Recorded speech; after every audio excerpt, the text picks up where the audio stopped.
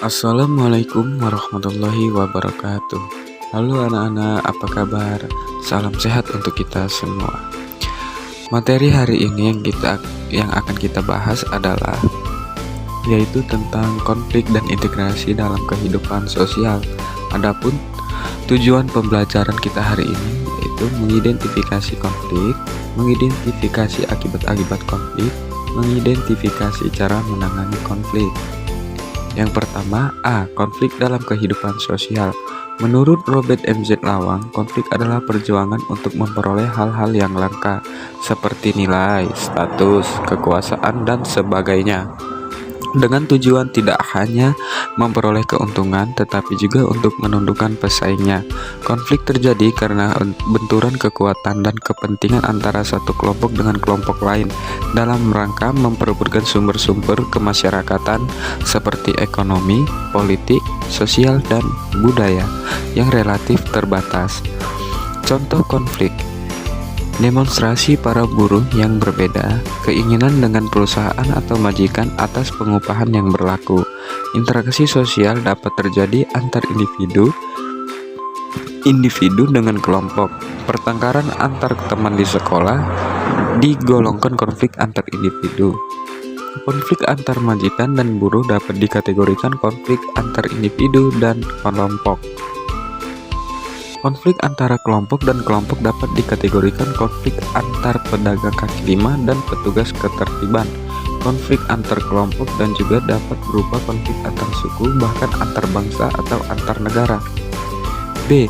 Faktor-faktor penyebab konflik sosial. Itu ada 4. Yang pertama, perbedaan individu. Yang kedua, perbedaan latar belakang kebudayaan. Dan yang ketiga, perbedaan kepentingan. Dan yang terakhir, perubahan-perubahan nilai yang cepat. C. Akibat-akibat konflik sosial.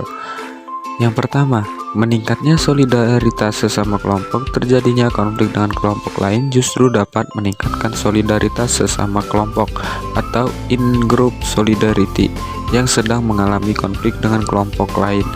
2. Meningkatnya hubungan antar individu atau kelompok. Konflik yang terjadi antar individu atau antar kelompok dapat menimbulkan keretakan hubungan.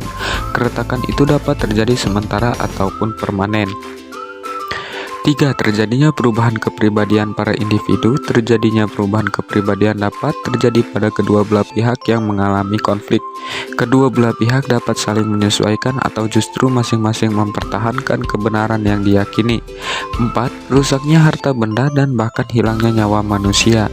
Konflik yang berujung dengan kekerasan fisik dapat menyebabkan kerusakan dan hilangnya nyawa manusia. Sebagai contoh, konflik yang diakhiri dengan peperangan. 5. Terjadinya akomodasi, dominasi, bahkan penaklukan salah satu yang terlibat dalam pertikaian. D. Cara menangani konflik. Yang pertama, menghindar. Kadang orang merasa tidak ada manfaatnya melanjutkan konflik dengan orang atau kelompok lain sehingga menjauhi masalah yang menimbulkan konflik. 2. Memaksakan kehendak, yaitu memandang bahwa pendapatnya paling benar. Oleh karena itu, dengan segala cara, konflik harus berakhir dengan kemenangan di pihaknya melalui usaha dengan menguasai lawan dan memaksa lawan menerima penyelesaian yang diinginkan. 3. Menyesuaikan kepada keinginan orang lain, yaitu ingin diterima dan disukai orang lain.